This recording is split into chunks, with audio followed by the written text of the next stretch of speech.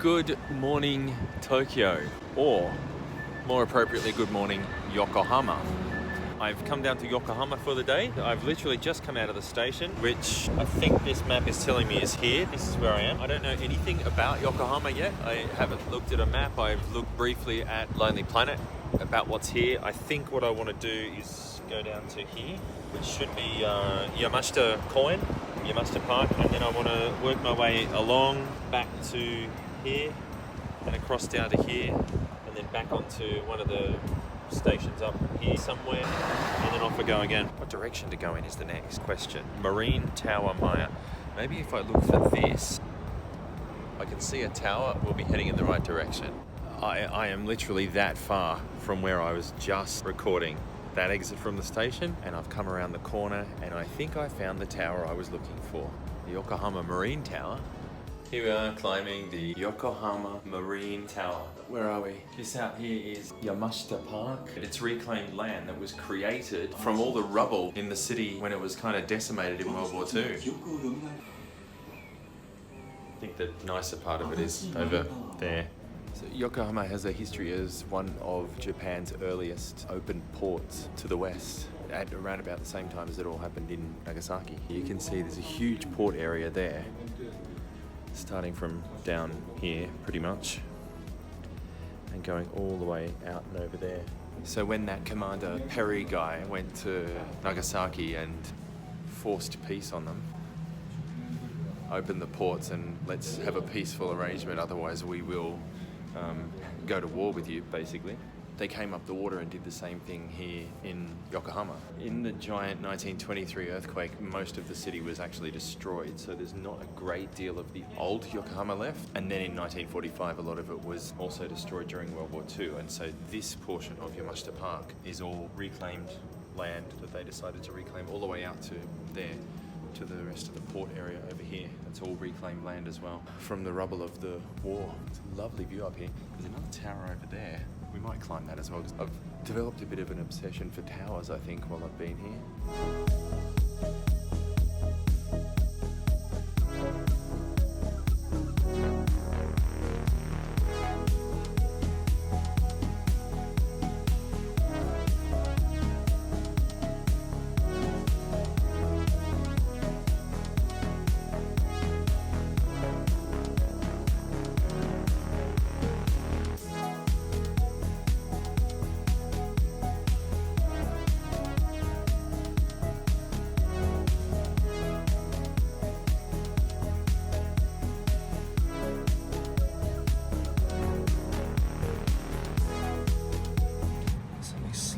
Freaky of being able to look directly down the lift shaft at the lift coming up.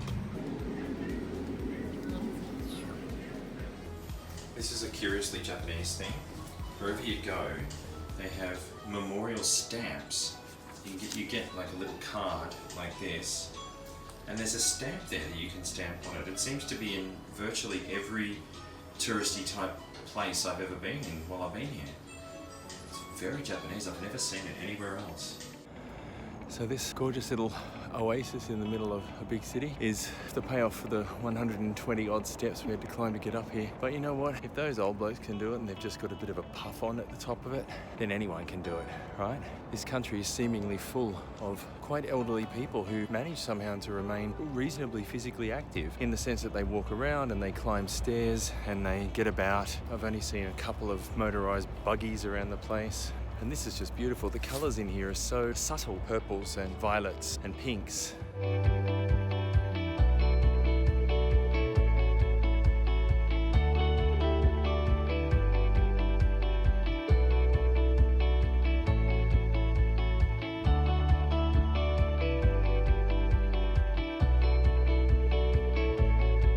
This is the quizzically named Garden Necklace of Yokohama. I'm going to have to investigate why it's called Garden Necklace. I don't really know what that means. But despite the odd name, it is rather divine. Very calm, very peaceful. The colours in here are just amazing. Some really bright, vivid colours down the centre and some really lovely, subtle colours dotted around the sides. And lots of gardeners in here working on it to make sure it looks its best. Because of the time of year, it's really starting to generate some spring smell and that lovely smell of sweet, blooming flowers. That's what it smells like here now. It's going to be a shame to go back home and not smell that for another 6 months. This is Garden Bear. I don't think you'll see anything like this in any other country in the world. Not what some might consider the most romantic of river views. The whole thing is almost entirely a man-made canal and completely covered over by a massive freeway. Still, there's a nice-ish bridge down there. Every time, remember I said every time. I'm getting the horizon all lined up. I've got everything exactly where I want it. And then Chinese tourists wander into the shot and then stand there and stay there. You know, because I'm standing here with my camera in my hand and my arm outstretched like this just for the fun of it. Just fuck off.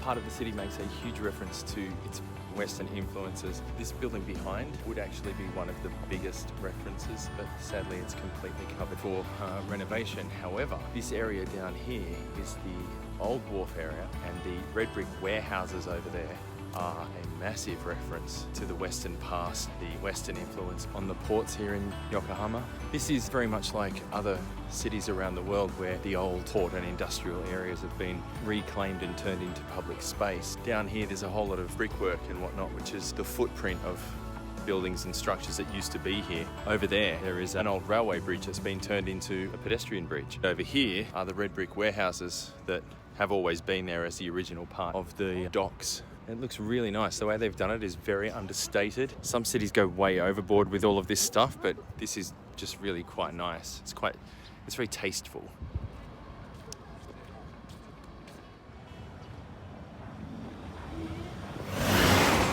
It's amazing the contrast you see in this part of the city. Over here, all the way through to that old black building there, you've got what I'm assuming were originally part of the ports.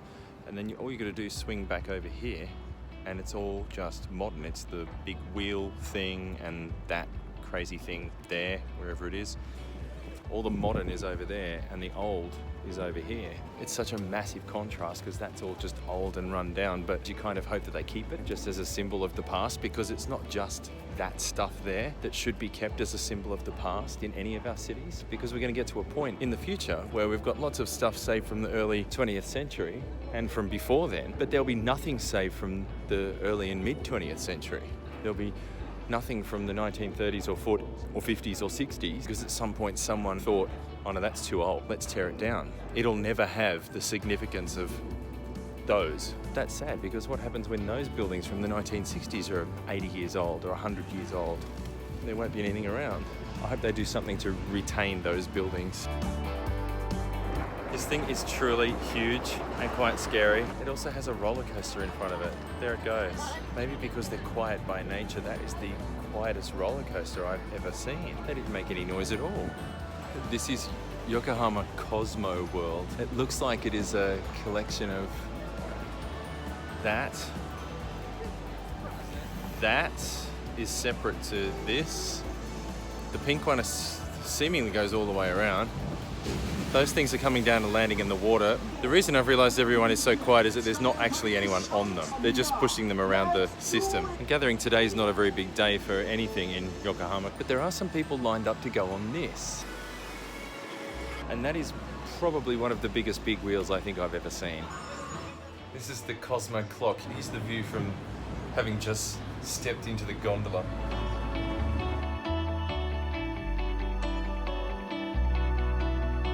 We're still this far from the top. We're that far from the top, but we're already also that far from the bottom. So it's This thing is, I haven't even looked at or heard how high it is yet. I think I prefer not to know.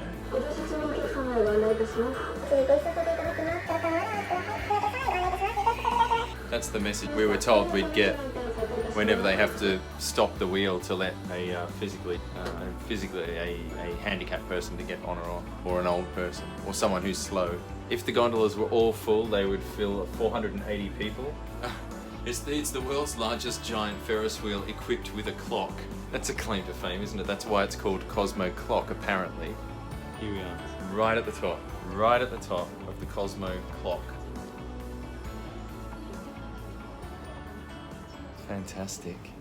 Here's an interesting one at Minato-no-Mieru station.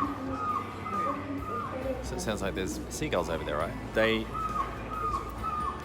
They do bird sounds here, apparently to help the vision impaired know when they're coming to the end of the escalator, right? So most of the time you just hear chirping, and at most stations it just sounds like sparrows or whatever, but here they've decided to go with seagulls.